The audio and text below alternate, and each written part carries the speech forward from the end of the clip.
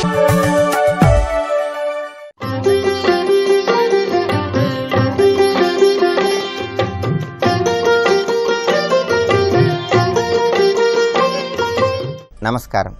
ప్రేక్షకులందరికీ శుభోదయం. ఈనాటి శుభయోగం శీర్షికన వటవృక్షాన్ని ఏ విధంగా పూజిస్తే ఎలాంటి సత్ఫలితాలు కలుగుతాయో, అలాగే మాస శివరాత్రి సందర్భంగా ఎలాంటి విధి విధానాలను పాటించాలో, చంద్రుని జన్మతిథి సందర్భంగా ఏ విధంగా చంద్రుని యొక్క అనుగ్రహానికి పాత్రలం కావాలో పరిశీలిద్దాం. ప్రధానంగా ఈరోజు త్రయోదశి తిథి మధ్యాహ్నం 1:51 వరకు ఉంది. ఆ తర్వాత చతుర్దశి తిథి వచ్చింది. రాత్రికి చతుర్దశి ఉన్నందువల్ల ఈరోజు మాస శివరాత్రిగా శాస్త్రాలలో వివరించడం జరిగింది. మధ్యాహ్నం 1:51 వరకు త్రయోదశి ఉంది కాబట్టి ఈ త్రయోదశి ఉన్న సమయంలో ప్రత్యేకమైన విధి విధానాలతో వటవృక్షాన్ని అనగా మర్రి చెట్టును పూజించాలని శాస్త్రాలలో వివరించడం జరిగింది. జ్యేష్ఠ బహుళ త్రయోదశి తిథి నాడు ఎవరైతే వటవృక్షాన్ని ఆరాధన చేస్తారో వాళ్ళు విశేషమైన శుభ ఫలితాలను అందిపుచ్చుకోవచ్చని, అపమృత్యు దోష తీవ్రతను తగ్గింపజేసుకోవచ్చని శాస్త్రాలలో వివరించడం జరిగింది. ఈరోజు గృహంలో మహిళామణులు ఎవరైనా సరే వటవృక్షం అనగా మర్రి చెట్టు దగ్గరకు వెళ్ళి మర్రి చెట్టుని తాకి నమస్కారం చేసుకోవాలి. మర్రి చెట్టును తాకే సమయంలో ఒక శ్లోకాన్ని చదువుకోవాలి. ఆ శ్లోకం ఏంటంటే, సావిత్రీయం నమస్తుభ్యం వటవృక్షే మహాసతి పాపాపహరిణీ దేవి కళ్యాణ కురు పూజితే. ఇది శ్లోకం. ఈ శ్లోకంలో అర్థాన్ని పరిశీలిస్తే, సావిత్రీయం నమస్తుభ్యం వటవృక్షే మహాసతి, సాక్షాత్తు మహాపతివ్రత సావిత్రి చేత పూజించబడినటువంటి మర్రి చెట్టు నీకు నమస్కారం చేసుకుంటున్నాను. పాపాపహారిణీ దేవి కళ్యాణ కురు పూజితే, నాకున్నటువంటి సర్వ పాపాలు నశింపజేసుకొని శుభ ఫలితాలను పొందటానికి నీకు పూజ చేస్తున్నాను అని ప్రార్థించటమే ఈ శ్లోకంలో ఉన్న అంతరార్థం. ఆ తర్వాత మర్రి చెట్టుకి ఒక తెలుపు రంగు వస్త్రాన్ని కట్టాలి. అలా వీలు కాని పక్షంలో ఒక తెలుపు రంగు దారాన్నైనా సరే తీసుకొని ఆ తెలుపు రంగు దారాన్ని మర్రి చెట్టుకు 5 సార్లు చుట్టాలి. ఆ తర్వాత గంధము, పసుపు, కుంకుమ, అక్షింతలతో మర్రి చెట్టును పూజిస్తూ ఓం వట సావిత్రి నమః అని స్మరించుకోవాలి. ఈ శ్లోకాలన్నీ చదవలేని వాళ్ళు ఓం వట సావిత్రి నమః అని స్మరించుకోవటం ద్వారా కూడా అపమృత్యు దోష తీవ్రతను తగ్గింపజేసుకొని కుటుంబంలో సభ్యులందరూ కూడా దీర్ఘాయుర్దాయంతో విరాజిల్లటానికి ఈరోజు చేసే మర్రి చెట్టు పూజ విశేషంగా సహకరిస్తుంది. అలాగే త్రయోదశి పూర్తి కాగానే మధ్యాహ్నం నుంచి చతుర్దశి వచ్చింది. రాత్రికి చతుర్దశి ఉంది కాబట్టి మాస శివరాత్రి సందర్భంగా ఈరోజు ఈశ్వరుడిని పంచామృతాలతో అభిషేకం చేయటం ద్వారా, శుద్ధోదకంతో అభిషేకం చేస్తూ నమశివాయ అనే పంచాక్షరి మంత్రాన్ని జపించుకోవటం ద్వారా శివానుగ్రహానికి పాత్రులై ఉత్తమమైనటువంటి ఫలితాలను సిద్ధింపజేసుకోవచ్చు. అలాగే ఈరోజు చంద్రుని జన్మతిథిగా కూడా శాస్త్రాలలో వివరించారు. అందువల్ల మానసిక అశాంతి ఎక్కువగా ఉన్న వాళ్ళు ఎవరైనా సరే మానసిక అశాంతిని తొలగింపజేసుకోవటానికి, మానసిక ప్రశాంతతను సిద్ధింపజేసుకోవటానికి చంద్రుడికి ప్రీతిపాత్రమైనటువంటి పాలు, పెరుగు, బియ్యము, నెయ్యి వీటిలో ఏవైనా సరే ఈరోజు దానంగా ఇవ్వాలి. అలా దానం ఇస్తే మానసిక అశాంతిని తొలగింపజేసుకొని మానసికంగా ప్రశాంతతను పొందవచ్చు. అలాగే గృహంలో కూడా వాయువ్య దిక్కులో 16 ఒత్తులు వేసి ఆవు నెయ్యి పోసి ఈరోజు సాయంకాలం పూట ఒక దీపాన్ని వెలిగించాలి. అలా ఎవరైతే ఈరోజు సాయంకాలం పూట గృహంలో వాయువ్య దిక్కులో 16 ఒత్తులు వేసి ఆవు నెయ్యి పోసి దీపాన్ని వెలిగిస్తారో వాళ్ళు పరిపూర్ణంగా చంద్రగ్రహం అనుగ్రహానికి సులభంగా పాత్రలు కావచ్చు. త్రయోదశి ఉన్న సమయం వరకు చూసుకొని మర్రి చెట్టును పూజించండి. రాత్రికి చతుర్దశి ఉంది కాబట్టి మాస శివరాత్రి సందర్భంగా శివాభిషేకం చేయండి. చంద్రుని జన్మతిథి సందర్భంగా చంద్రుడికి ప్రీతిపాత్రమైనటువంటి తెలుపు రంగు వస్తువులను దానంగా ఇవ్వండి. వాయువ్య దిక్కులో దీపాన్ని వెలిగించండి. విశేషమైనటువంటి శుభ ఫలితాలను సిద్ధింపజేసుకోండి. రేపటి శుభయోగం శీర్షికన జ్యేష్ఠ బహుళ అమావాస్య తిథి సందర్భంగా వటసావిత్రి వ్రతాన్ని ఏ విధంగా ఆచరించాలో, తద్వారా ఎలాంటి ప్రయోజనాలు సిద్ధింపజేసుకోవచ్చో పరిశీలిద్దాం. నమస్కారం.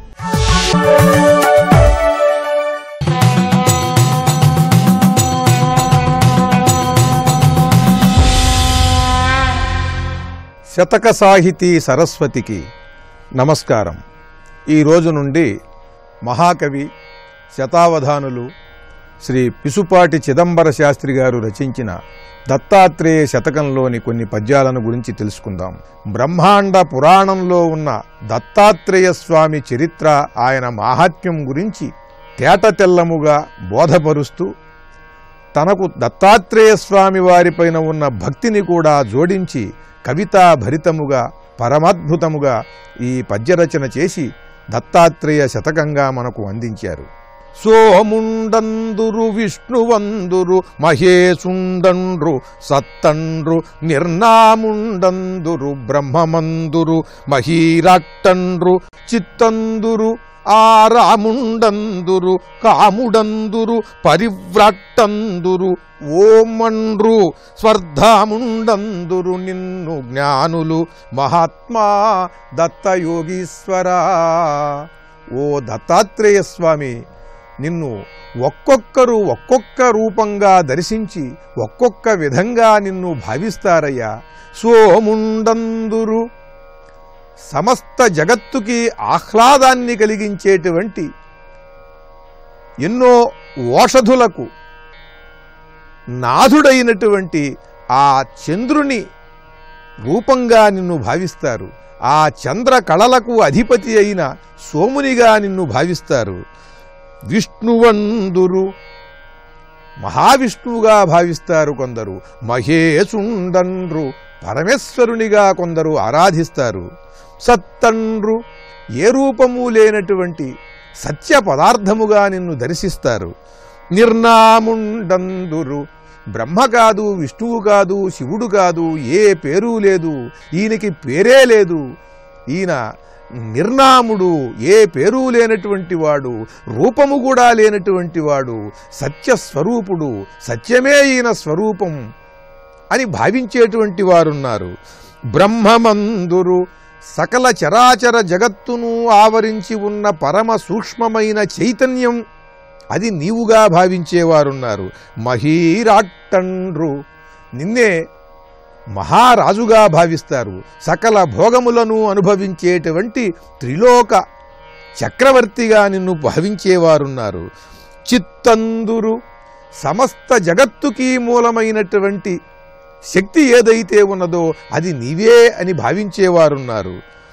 రాముడందురు సకల సద్గుణ స్వరూపుడైన రామునిగా నిన్ను భావించేవారున్నారు. కాముడందురు సకల జగత్తుని సమ్మోహపరిచేటువంటి మన్మథ స్వరూపంగా పరమ సమ్మోహనాకారుడిగా నిన్ను భావన చేసేవారున్నారు. పరివ్రాట్టండ్రు మహావిరాగముతో పరమ వైరాగ్యస్వరూపుడవై జ్ఞానస్వరూపుడవై ఉన్నటువంటి యతీశ్వరునిగా భావించేవారున్నారు. ఓం అండ్రు ఓంకార నాదస్వరూపునిగా నిన్ను భావన చేసేవారున్నారు. స్వర్ధాముండందురు నిన్ను దేవేంద్రునిగా భావించేవారున్నారు. సకల భోగములను అనుభవింపజేసేటువంటి ఇంద్రునిగా నిన్ను భావన చేసేవారున్నారు. జ్ఞానులు ఇలా ఎన్నెన్నో రూపాలుగా నిన్ను ఆరాధిస్తారయ్యా. మహాత్మా దత్తయోగీశ్వరా అంటూ యోగమూర్తి అయిన దత్తాత్రేయుని ఆరాధిస్తూ ఆయన యొక్క లక్షణములను అద్భుతముగా వివరిస్తూ పరమద్భుతమైన పద్యరచన చేసి గొప్ప భక్తి శతకాన్ని మనకు అందించిన విద్వత్కవులు, మహాజ్ఞానులు, అవధాన చక్రవర్తులు శ్రీ పిసుపాటి చిదంబర శాస్త్రి గారు రచించిన దత్తాత్రేయ శతకంలోని మరి ఒక పద్యం గురించి రేపు ఉదయం తెలుసుకుందాం. ఓం శ్రీ దత్తాత్రేయ స్వామినే నమః.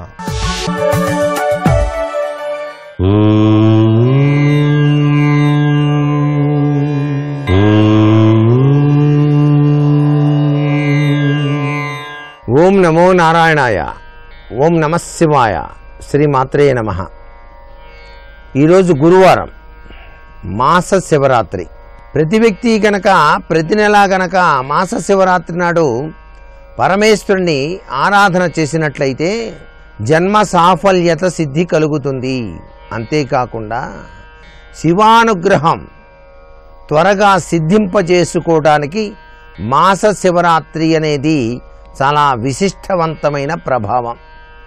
ఈ రోజున ఉదయం నుంచి సాయంత్రం వరకు కూడా ఉపవాసం ఉండి శివలింగార్చన చక్కగా వివిధ రకాలైనటువంటి ద్రవ్యాలతో కనుక ఆచరించినట్లయితే సత్ఫలితాన్ని ప్రసాదింపచేస్తాడు పరమేశ్వరుడు.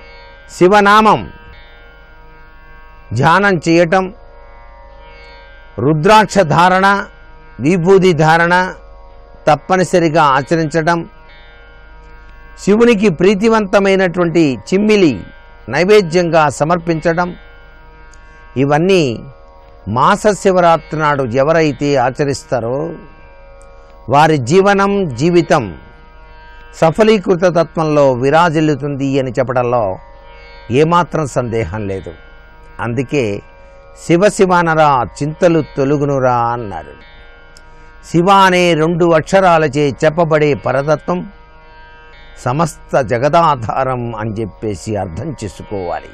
ఇలా 12 నెలలు మాస శివరాత్రి ఉపవాసాలు ఉండి చక్కగా శివార్చన చేసుకున్నటువంటి వ్యక్తి జీవితంలో చివరి దశ మోక్షప్రదంగా మారుతుంది.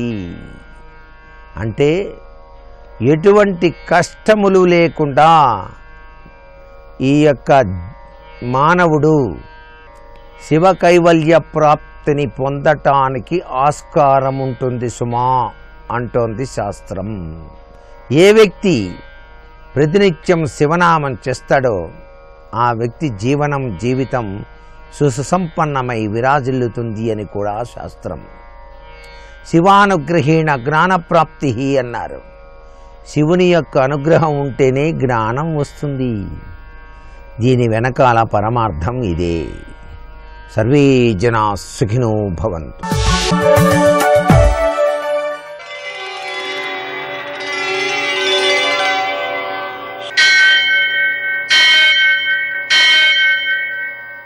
సహస్రశీరుషం దేవం విశ్వాక్షం విశ్వశంభువం విశ్వం నారాయణం దేవమక్షరం పరమం పదం విశ్వతః పరమాం నిత్యం విశ్వం నారాయణగుం హరిం విశ్వమేవేదం పురుషస్తద్విశ్వముపజీవతి పతిం విశ్వస్యాత్మేశ్వరగుం శాశ్వతగుం శివమచ్యుతం నారాయణం మహాజ్ఞేయం విశ్వాత్మానం పరాయణం.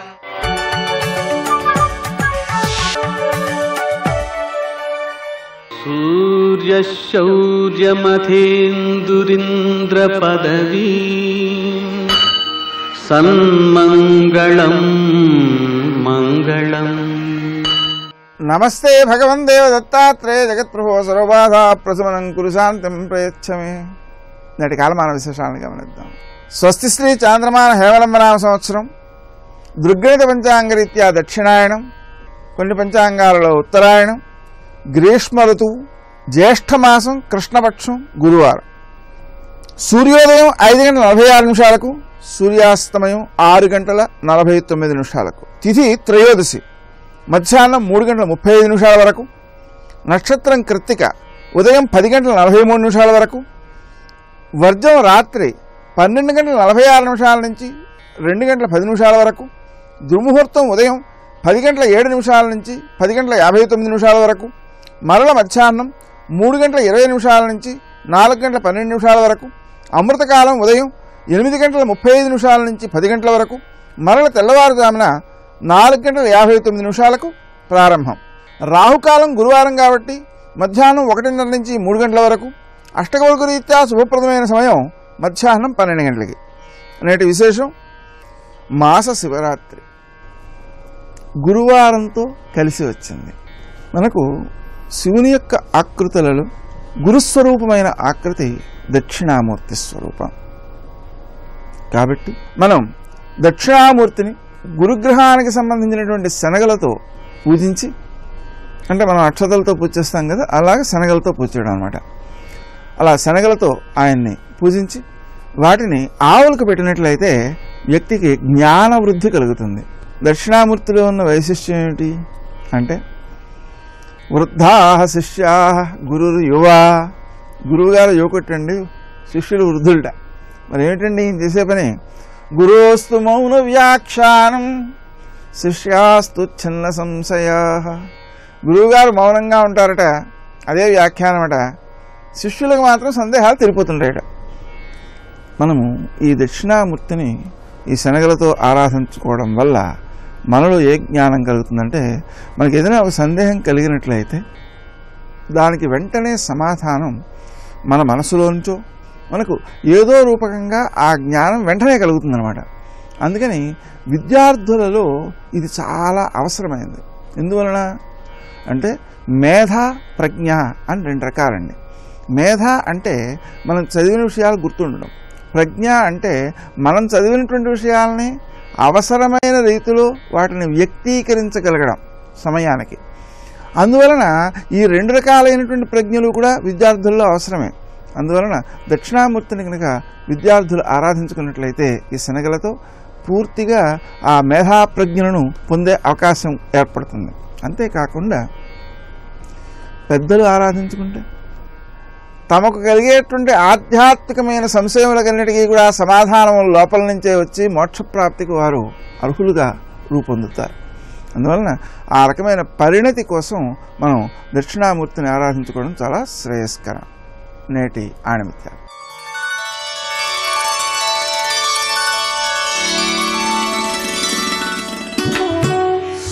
పరాభక్తి స్థితి పొందిన భక్తుడు భగవంతుణ్ణి తనకు అత్యంత ఆప్తుడిగా భావిస్తాడు.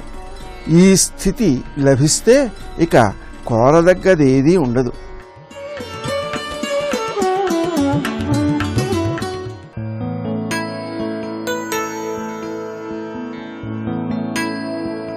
చేతకాక చేయలేకపోవడం అమాయకత్వం, చేయగలిగి చేయకపోవడం మూర్ఖత్వం.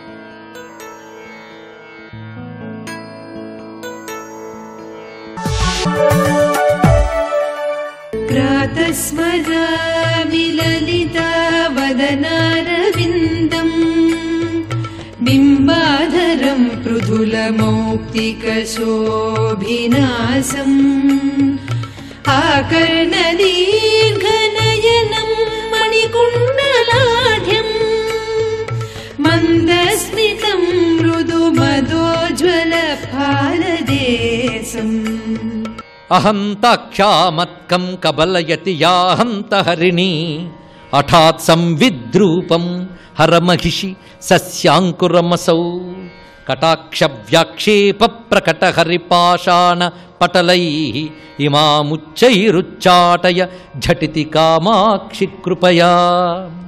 ఇదొక అత్యద్భుతమైన శ్లోకం. ఇది ఎందుకు చెప్తున్నామో చూడండి. అమ్మవారిని ఇందులో ఎలా వర్ణించారంటే, పొలాల్లో కాపు కాసేటటువంటి రైతు పడుచు ఎలా ఉంటుందో అలా ఉంది అమ్మవారు. ఇక్కడ పొలాల్లో కాపులు కాస్తారు. మంచె ఒకటి నిర్మాణం చేసుకుని ఆ మంచె మీద కూర్చుని కాపు కాస్తారు. ఆ కాపు కాచేటప్పుడు పంటల్ని ఈ జంతువులు అవి కొట్టేయకుండా కాపు కాస్తారు. ఒక లేడి కానీ ఏవైనా దగ్గరున్న అడవుల్లోంచి వస్తే వాళ్ళు ఎలాగ అదిలిస్తారో తెలుసా? ఎక్కడెక్కడో మంచె మీద ఆవిడ కూర్చుంది, అక్కడెక్కడో లేడి వచ్చింది. అప్పుడు ఎలా అదిలిస్తుందండి? బాగా చూపిస్తున్నారు. వడిశల అని ఉంటుంది. ఆ వడిశల పట్టుకుని ఆ రాళ్ళు ఇలా తిప్పి విసిరి కొడుతుంది. ఆ రాళ్ళు వెళ్ళి కొడతాయి దాన్ని. అలాగా అమ్మా, నువ్వు నీ కన్నులనే వడిశలలోంచి నీ చూపులనే రాళ్ళు విసిరి ఈ పశువును తోలు అన్నాడు. ఇక్కడ ఎంత అద్భుతమైన మాట చెప్పాడు ఇక్కడ. ఆ భావన ఎంత రమ్యత. అయితే ఇంటికి పొలమేది, జంతువెవరు? ఇది అత్యద్భుతమైన విషయాన్ని చూపిస్తున్నాడండి. ఇంక పొయిట్రీలో ఒక హైట్, ఇది ఒక అత్యద్భుతమైనటువంటి భావదర్శనం. అమ్మా, ఇది నిజానికి ఆర్తితో అవగాహన చేసుకోవాల్సిందే. ఏదో పెద్దలు నేర్పిన పద్ధతిలోనో ఏదో నానా యాతన పడి ఈ సాధన ఆ సాధన చేసి నేను నా జీవితాన్ని సాఫల్యం చేసుకోవాలని వ్యవసాయం చేసుకున్నా. జీవిత సాఫల్యం ఎప్పుడండి? వ్యవసాయం పంట చేతికి అందాలి అంటే జ్ఞానసస్యం పండించుకోవాలి. దానికోసం ప్రతివాడు సాధన చేయాలి. ఈ జ్ఞానసస్యం పండించుకోవడానికి నేను ప్రయత్నం చేస్తున్నా. కానీ చిత్రం, ఇది పూర్తిగా పంట దశకు రాకుండా అది మొలక దశలో ఉండగానే ఈ పశువుగాడు వచ్చేస్తున్నాడమ్మా అన్నాడు. ఇది చూడండి గొప్ప విషయం. సాధన చేస్తూ విచారణ చేస్తూ నా ప్రయత్నం నేను చేస్తూ ఉంటే, నా బ్రతుకులో జ్ఞానం అనే సస్యం అంకురిస్తూ ఉంటే, అహంకారమనే లేడి వచ్చి మొలకెత్తిన జ్ఞానాన్ని మింగేస్తోందమ్మా. అహంకారమనే లేడిని నీ చూపులనే ఇంద్రనీలం మణులతో పైగా మామూలు రాళ్ళు కావండి. అమ్మ చూపులను రాళ్లతో పోల్చితే ఏమైనా బాగుంటుందా? అందుకు అందంగా ఇంద్రనీల మణుల వంటి నీ చూపులనే రాళ్లతో ఈ అహంకారం అనే లేడిని తరిమి కొట్టమ్మా అన్నాడు ఇక్కడ. ఇలాగమ్మా నేనేదో సాధన చేయడం, జ్ఞానం మొలకెత్తడం, అహంకారం మింగేయడం, ఇదే తంతు ఎప్పటికీ పూర్తిగా పంట చేతికి అందుతుంది. అది అందాలంటే నువ్వు ఒక కాపు కాయాలమ్మా. ఈ అహంకారం దగ్గరికి రాకుండా నువ్వు కాపు కాయాలి. అందుకు నీ కన్నులనే వడిసెల్లోంచి చూపులని రాళ్ళు విసురు. అయితే చూపును రాళ్లతో పోల్చేది బాగుండదు కనుక ఇంద్రనీల మణులు అన్నాడు ఇక్కడ. అదేనా రాయే. మనకు కొట్టేటప్పుడు రత్నంతో కొడితే ఏముంది, రాయితో కొట్టేది ఏముందండి, దెబ్బే. అందుకే నీ చూపులనే రత్నాల దెబ్బ కొట్టమ్మా అన్నాడు ఇక్కడ. అహంతాక్ష మత్కం కబలయతి. అహంతాక్ష అహంకారం అనేది మత్కం కబలయతి. ఏమిటి? సంవిద్రూపం సస్యాంకురం. అది సంవిత్తనబడే సస్యాంకురం. సంవిత్ అంటే జ్ఞానం. జ్ఞానమనబడే సస్యాంకురాన్ని అహంతని తినేస్తోంది. అహంతాక్షామత్కం కబలయతి యా హంత హరిణి హఠాత్ సంవిద్రూపం హరమహిషి సస్యాంకురమసవు. హరమహిషి అంటే హరుని పట్టపురాణి. కటాక్ష వ్యాక్షేప ప్రకట హరిపాషాణపటలై. హరిపాషాణపటలై అంటే ఇంద్రనీలమణుల వంటి చూపుల సమూహంతో ఇమాముచ్చై రుచ్చాటయ ఝటితి కామాక్షి కృపయా. ఉచ్చాటయ అంటే తరిమికొట్టు. ఉచ్చై బాగా తరిమికొట్టు. అది ఉచ్చై అంటే ఎలుగెత్తి అని కూడా అర్థం ఉంది. అంటే ఒకవైపు విసిరి కొట్టడం కదా, పో పో అని కూడా విసిరి కొడతారే, అదే అనమాట ఉచ్చై అని. అమ్మ ఆ విధంగా అదిలించి తరిమి కొట్టాలి అహంకారాన్ని. అంటే అమ్మ అనుగ్రహం ఉంటేనే అహంకారాన్ని వదిలించుకోగలం అనే విషయాన్ని ఇక్కడ ప్రస్తావన చేశాడు. మరొక రమ్యమైన శ్లోకం. ఇవన్నీ పారాయణ చేయవలసిన శ్లోకములే. ఈ స్తుతి శతకంలో 68వ శ్లోకం. ఇక్కడ అమ్మవారిని చింతామణితో పోలుస్తున్నారు. చింతిత పల్ల పరిపోషణ చింతామణి రేవ కంచి నిలయామే. ఆ చింతామణి సాధారణంగా మణి అంటే మనకు ఎన్నో మణులు చూస్తుంటాం కదండి, రత్నాలు. అలాగే చింతామణి ఒక రత్నం అండి. కానీ అన్ని రత్నాలు లాంటిది కాదుట. ఈ రత్నానికి ఒక ప్రత్యేకత ఉన్నది. మిగిలిన రత్నాల్లో కొన్ని దోషాలు ఉన్నాయి, ఈ రత్నంలో దోషం లేదుట. చూడండి. చిత్రం చిత్రం నిజ మృదుతయా భర్త్సయన్ పల్లవాళీం. ఛందస్సు మారింది. చిత్రం చిత్రం నిజ మృదుతయా భర్త్సయన్ పల్లవాళీం పుంసాం కామాన్ భువి చ నియతం పూరయన్ పుణ్యభాజాం జాతశైలాన్నతు జలనిధే స్వైర సంచారశీలః కాంచీభూషా కలయతు శివం కోపి చింతామణిర్మే. చింతామణి అంటే తెలుసా మనకి నిజానికి? పోనీ అమ్మవారి చింతామణి. అసలు చింతామణి ఎలా ఉంటుంది? మనకు దొరకదు. కానీ చింతామణి అంటే స్వర్గలోకంలో ఉంటుందట. ఇది ఎక్కడ పుట్టింది? క్షీరసాగర మథనం చేస్తున్నప్పుడు పుట్టింది. అంటే సముద్రం నుంచి పుట్టింది. కానీ చిత్రం ఏంటంటే ఈ చింతామణి సముద్రం నుంచి పుట్టలేదండి, కొండలోంచి పుట్టింది అన్నాడు ఇక్కడ. జాతశైల నతు జలనిధే అంటే కొండలోంచి పుట్టిందండి, సముద్రంలోంచి పుట్టలేదు. అంటే ఆ చింతామణి సముద్రంలోంచి పుట్టింది, ఈ చింతామణి కొండలోంచి పుట్టిందంటే హిమపర్వత రాజపుత్రి అని చెప్పడం దీని యొక్క భావం. పైగా చింతామణి కోరికలు తీర్చింది కానీ ముట్టుకుంటే గట్టిగా తగులుతుంది రాయి గనక. ఎంత రత్నమైనా గట్టిగానే ఉంటుంది. కానీ ఈ చింతామణి చిగుర్ల కంటే మెత్తగా ఉండే చింతామణి అన్నారు. నిజ మృదుతయా భర్త్సయన్ పల్లవాళి అంటే అంత మెత్తనిదండి మా అమ్మ, అంత సుకుమారి అది చెప్పడం. పైగా ఆ చింతామణి చచ్చి స్వర్గానికి వెళ్తే కానీ కోరిక తీర్చదు. ఈ చింతామణి ఈ భూమిలో తలంచుకుంటే కోరికలు తీర్చుతుందండి, దానికంటే గొప్పది అది చూపిస్తున్నారు. పైగా చింతామణి దానికి స్వేచ్ఛ లేదు, ఎవడో బంధించి పట్టుకు కూర్చుంటాడు, వాడు ఎలా చెప్తే అలా వింటుంది. కానీ ఈ చింతామణి స్వైర సంచారశీల స్వతంత్రత కలిగినది. కనుకనే మనం అనుకునే స్వర్గలోక చింతామణి కంటే చాలా గొప్పది ఈ చింతామణి అని చెప్తున్నారు. ఇందులోనూ భావం ఏమిటి? అమ్మవారు భక్తజన చింతామణి, ఆ చింతామణి అందుబాటులో ఉండదు, ఈవిడ భక్త సులభ ఇది చెప్పడం. అంతేకాదు మరొక అద్భుత భావం ఉన్నది. అదేమిటంటే మనం ఈ లోకంలో సుఖాలు చూసుకుంటూ ఉంటారు కొంతమంది, పైలోకంలో సుఖాలు చూస్తారు కొంతమంది. ఇహలోక పరలోక సుఖాలని మించినది మోక్ష సుఖం. అందుకు పరలోక సుఖము అంటే చింతామణి స్వర్గాది లోకాల్లో ఉంటుంది, దాన్ని మించినది అమ్మ అనే చింతామణి. అంటే ఇహలోక పరలోక సుఖాలని మించినటువంటి బ్రహ్మానందమే అమ్మ యొక్క స్వరూపమని దీనిలో దాగినటువంటి అసలైన అంతరార్థం. ఇది మనం గ్రహించాక 75వ శ్లోకంలోకి ప్రవేశిస్తున్నాం. ఈ శ్లోకంలో మరొక రమ్యమైన భావాన్ని చూపిస్తున్నారు. ఏన క్షాతో భవతి సగృహీ పూరుషో మేరుధన్వా యదృక్కోణే మదన నిగమ ప్రాభవంబో భవీతి యత్ప్రీత్యైవత్ర జగదధిపో జృంభతే కిం పచానః కంపాతీరే సజయతి మహాన్ కశ్చిదోజో విశేష. అమ్మవారిని వేటితో పోలుస్తున్నారో పరిశీలించండి. ఇప్పటి వరకు సూర్యుడితోనూ, చంద్రుడితోనూ, వసంతంతోనూ, ప్రభాతంతోనూ, ఇందాక చింతామణి. ఇప్పుడు ఈ మాట చాలా అద్భుతమైన మాట అంటున్నారు. కంపాతీరే మహాన్ కశ్చిత్ ఓజో విశేష. కంపాతీరంలో ఒక ప్రత్యేకమైన ఓజస్సు ఉంది అన్నాడు. అమ్మవారిని ఇప్పుడు ఓజస్సు అంటున్నాడు. ఓజస్సు అంటే ఏమిటి తెలియాలి. ఓజోవతి జ్యుతిధరా యజ్ఞరూప ప్రియవ్రత. ఓజస్సు. ఓజస్సు అంటే ఏమిటి? ఒక ఓజస్సు ఉందండి అన్నాడు. ఓజస్సు అంటే తేజస్సుతో కూడిన బలము, ఇది అర్థం ఓజస్సు అంటే.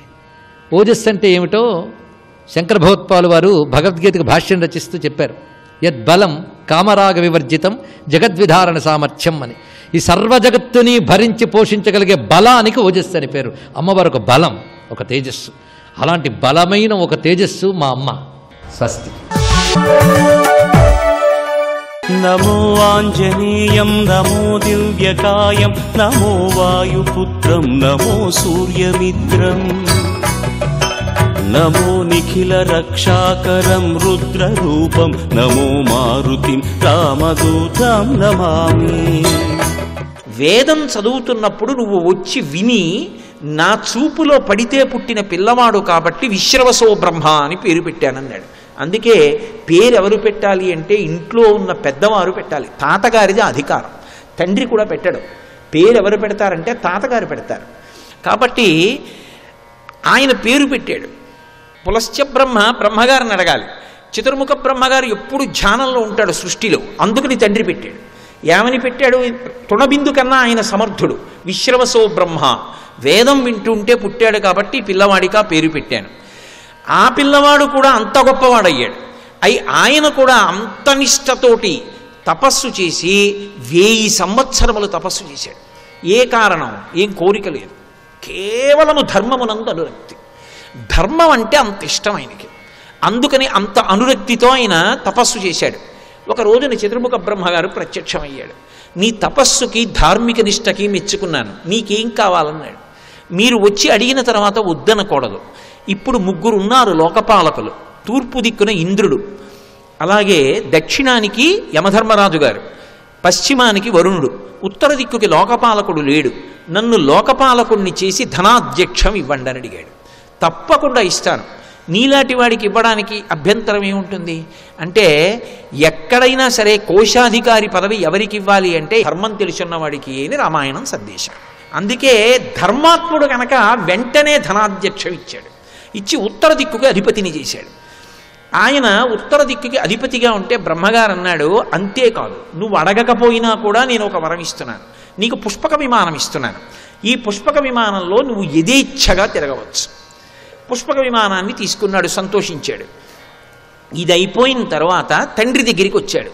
తండ్రి చతుర్ముఖ బ్రహ్మగారు నాకు ధనాధ్యక్షం ఇచ్చాడు, లోకపాలకత్వం ఇచ్చాడు, దానితో పాటు పుష్పక విమానం ఇచ్చాడు, కానీ నివాసం ఇవ్వలేదు. నేను ఎక్కడుండాలి నాన్నగారు అని అడిగాడు. అది ధర్మం.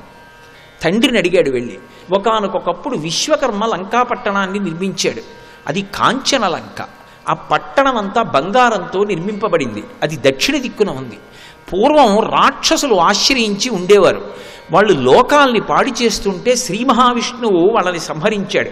మిగిలిపోయిన రాక్షసులు విష్ణువు దాటి తట్టుకోలేక రసాతలానికి పారిపోయారు, పాతాళలోకానికి వెళ్ళిపోయారు.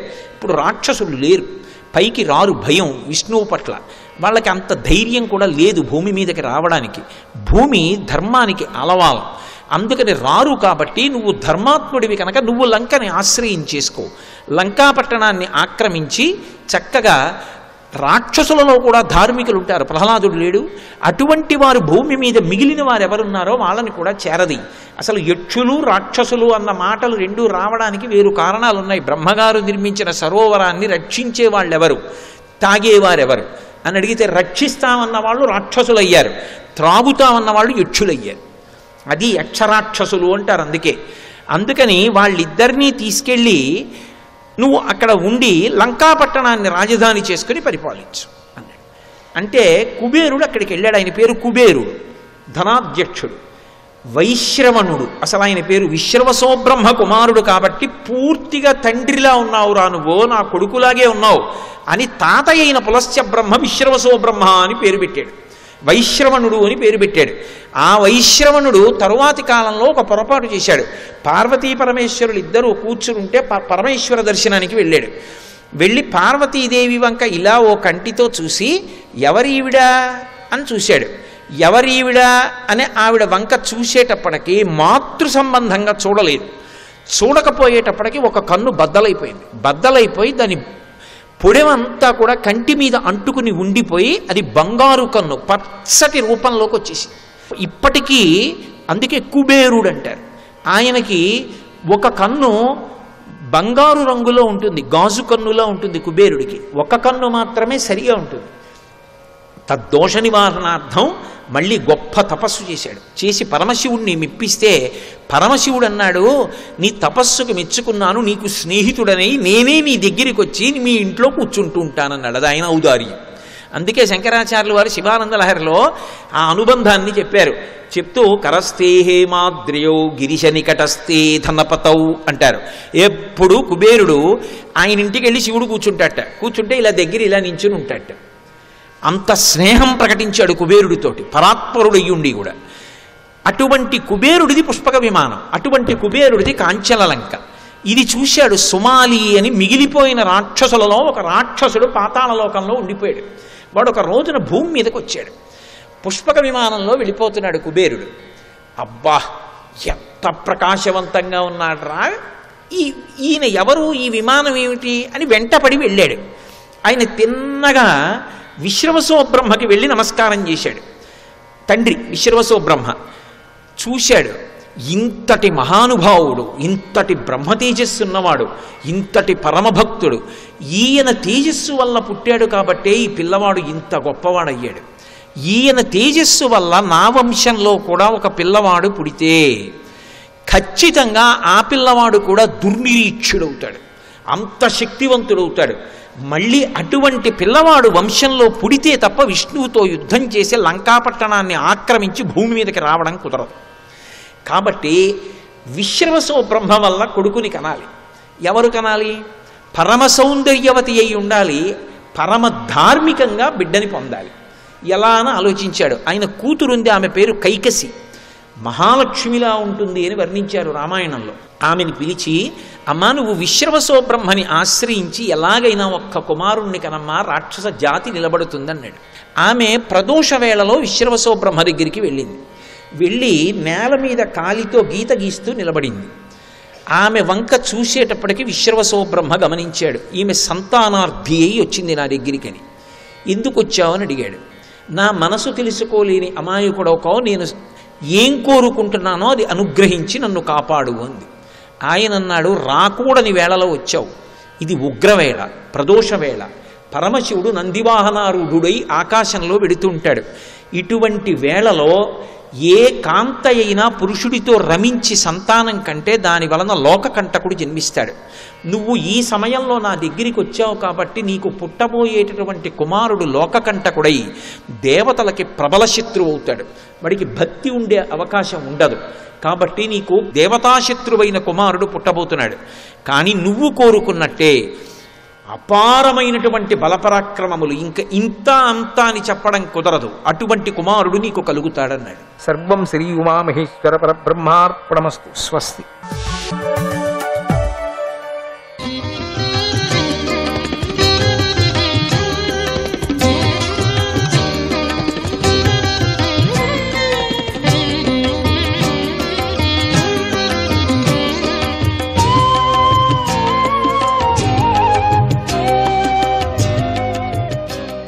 నారాయణ.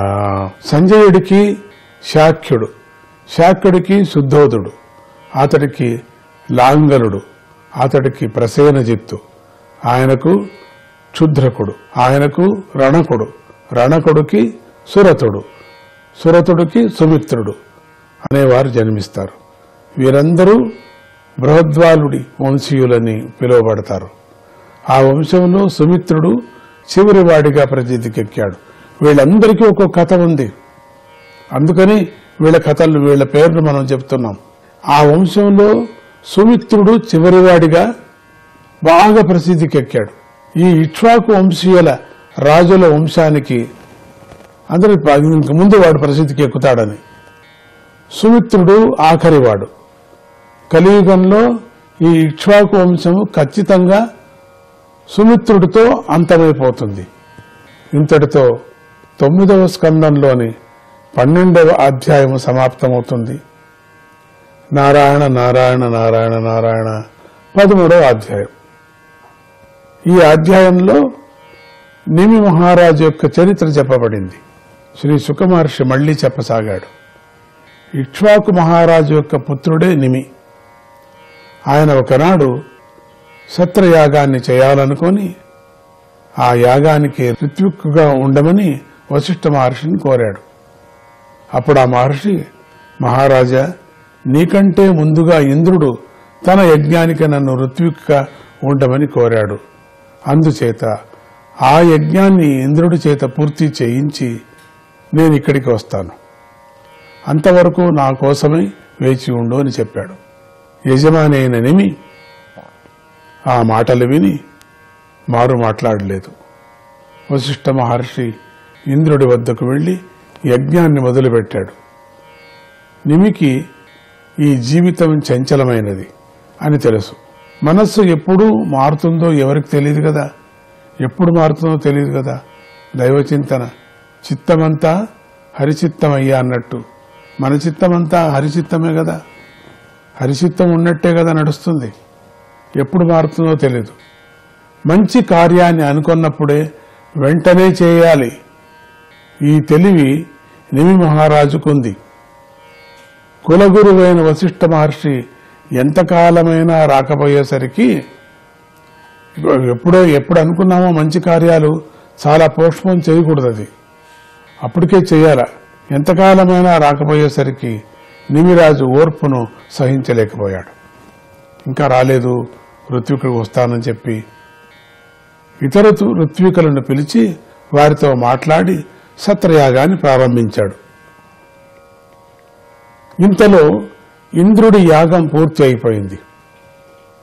వశిష్ఠ మహర్షికి తిరిగి వచ్చాడు. అక్కడికి యజ్ఞం చేస్తున్న నిమిరాజును చూశాడు. రాజు తన ఆజ్ఞను పాటించలేదని కోపించాడు. ఈ నిమి నేనే పండితుడని గర్విస్తున్నాడు, అందుచేత ఇతడు మరణించుగాక అని శపించాడు. ఏమి శాపం చూడండి, చంపేశాడు మొత్తం.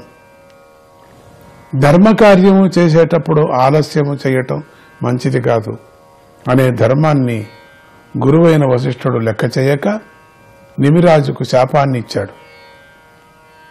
ఆ సమయంలో ఆయనకు 2 యజ్ఞాల నుండి లభించే దక్షిణలను పొందాలనే ఆశ ఉండటమే దానికి కారణం. మహర్షి శాపం విన్న నిమిరాజు వెంటనే మీరు కూడా మరణించెదురుగాక అని వశిష్ఠ మహర్షికి ప్రతిశాపం ఇచ్చేశారు. నువ్వు మరణించు అని. నిమిరాజు ఆత్మజ్ఞానంలో గొప్పవాడు. ఆయన వెంటనే తన దేహాన్ని విడిచిపెట్టాడు. శుక మహర్షి ఇలా అన్నాడు, మా ముత్తాత అయిన వశిష్ఠ మహర్షి కూడా దేహాన్ని విడిచిపెట్టి ఊర్వశియందు మిత్రావరుణులను పుత్రుడై పుట్టాడు. శుక మహర్షి తండ్రి వ్యాసుడు, వ్యాసుడి తండ్రి పరాశరుడు, పరాశరుడి తండ్రి వశిష్ఠ మహర్షి.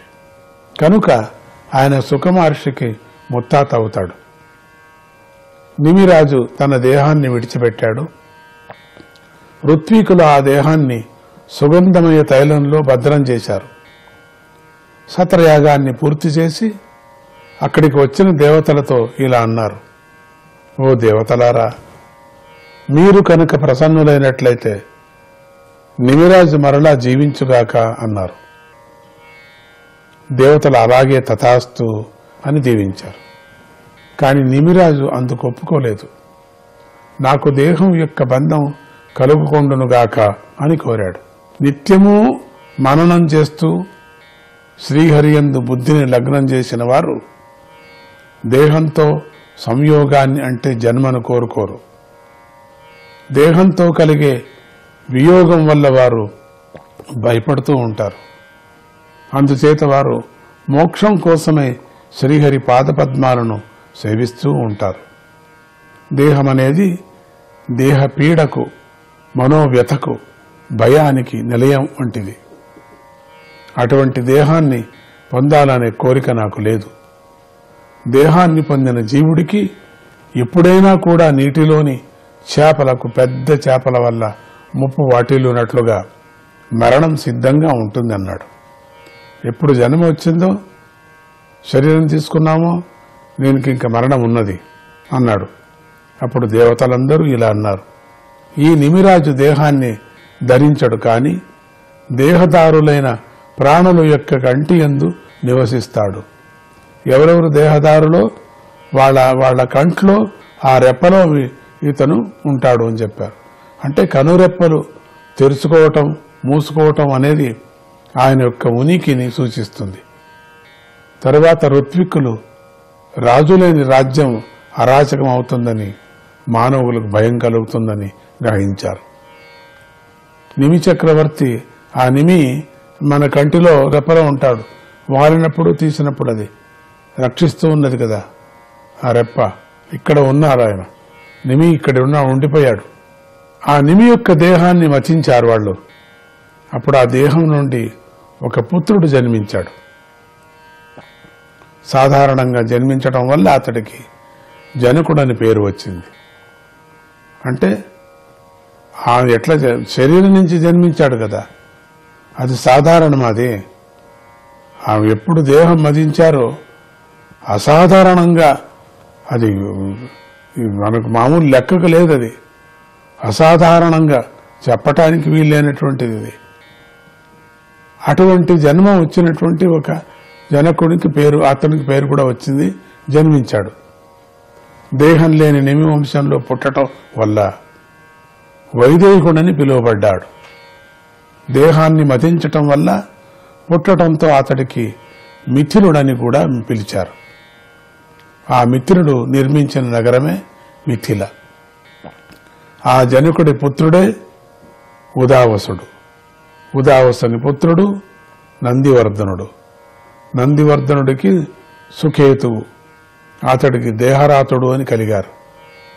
దేవరాతుడికి బృహద్రథుడు, అతడికి మహావీర్యుడు, అతడికి సుధృతి, అతనికి ద్రష్టుకేతువు, హర్యాశ్వుడు, తర్వాత మరువు కలిగారు. ఒక్కొక్కరికి హర్యాశ్వుడికి మరువు కలిగారు.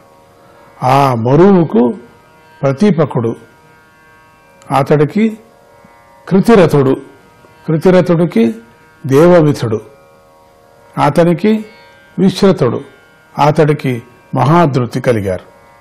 అతడికి కృతిరాతుడు, కృతిరాతుడికి మహారోముడు, అతడికి స్వర్ణరోముడు, అతడికి హర్స్వరోముడు జన్మించారు. హర్స్వరోముడికి శిరధ్వజుడు పుట్టాడు. ఆ శిరధ్వజుడు ఒకనాడు యజ్ఞం కోసమని భూమిని దున్నుతుండగా నాగలి కొన నుండి సీతాదేవి జన్మించింది. కనుకనే ఆయనకు అంత కీర్తి చాటే నాగలి కలవాడు అనే అర్థం గల శిరధ్వజుడనే పేరు వచ్చింది. ఎంత అద్భుతమైనటువంటి కథ వెళుతున్నది చూడండి. నారాయణ నారాయణ నారాయణ నారాయణ.